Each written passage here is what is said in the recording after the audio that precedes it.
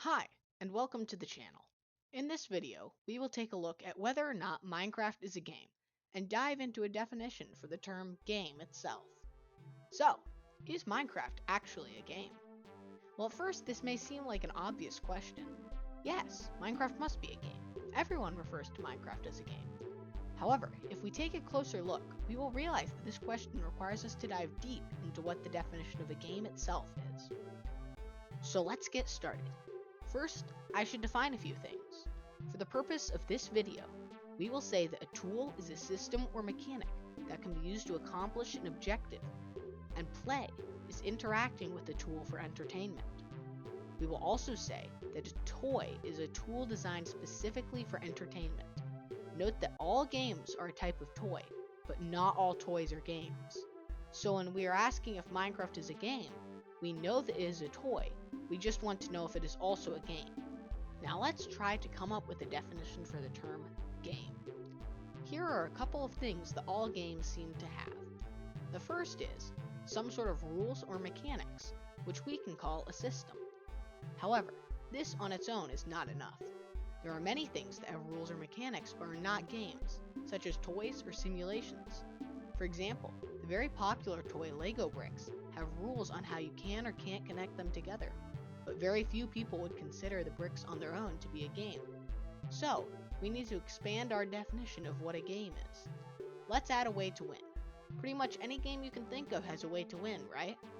Next, let's add two more things to our definition: a way to lose, and some sort of obstacle or challenge preventing you from winning.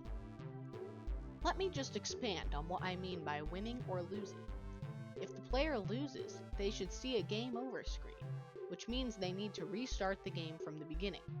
If they win, they should also have to restart the game, but this time they have won and should receive some form of recognition for their achievement. So, in summary, in order for a thing to be a game, it needs some sort of system, a way to win, an obstacle or challenge, and a way to lose. You can see this in the game of tic-tac-toe, which has a set of rules or mechanics. There is a 3x3 grid on which two players alternate placing X's and O's. It also has a way to win: get three of your symbols in a row on the grid; a way to lose: your opponent gets three in a row; and a challenge or obstacle: your opponent's moves. Wait a second. Uh-oh. We have a problem. By our definition, there are many games that our definition says aren't games. For instance, the Legend of Zelda series of games doesn't really have a way to lose, and so do many other popular games that do not end when you win and don't really have a way to lose. Clearly, we have a problem with our definition. So, after thinking about it for a bit, here's what I came up with. A game is a system or set of rules that gives the player an objective and a challenge or obstacle to get in the way of that objective. This may not seem like a huge change, but it actually affects a lot of stuff.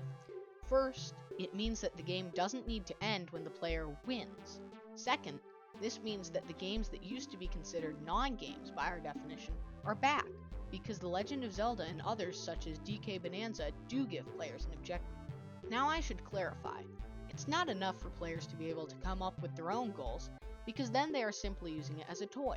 While there is nothing wrong with this, it does not mean that it is a game. You can use a toy to create your own games, but that does not make the toy itself a game. Now that we have a definition for a game, let's test it out. How about we start with Minecraft?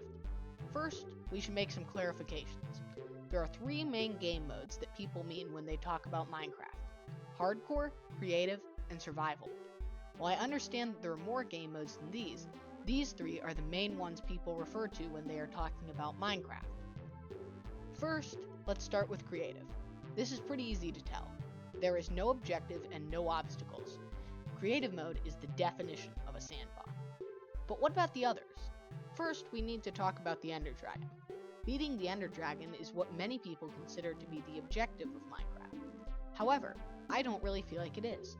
The game does not really encourage players to defeat it, and estimates say that only 5 to 15% of players ever actually beat the Ender Dragon without using cheats or mods. Now, this on its own does not prove that it isn't the objective, but that point is pretty contentious. Now let's get to hardcore. In hardcore, if you die, your world ends. So, it has an objective and some obstacles if we consider not dying to be the objective. So it's safe to say that hardcore is a game. However, most people do not play hardcore mode. The main mode most people play, or at least think of when they think of Minecraft, is survival. This one is tough. If we assume that the objective is defeating the Ender Dragon, then there is an objective and an obstacle. However, I would say that Minecraft does not give players the objective of defeating the Ender Dragon, and so it is not an objective. This would mean that Minecraft is just a system that is used for play. In other words, a toy. However, there is nothing wrong with this. In fact, a huge part of the success of Minecraft itself is that it doesn't tell the player what to do. Minecraft is really more like a giant virtual sandbox. And the cool thing is, this explains a lot about Minecraft's success. Think about it. Which one is going to have a larger audience? A game where you have a specific objective, or a platform where you can easily create and fulfill whatever objective you want? The answer is obvious. Because Minecraft has such a huge available audience, it has been able to grow to extreme popularity. In conclusion, I hope you enjoyed the video and that it gave you something to think about. Also, if you want to see more content like this, or just support the channel, please hit the like button and consider subscribing. It really helps the channel, especially because it's just been started. Anyway, thanks for watching, and I'll see you in the next video.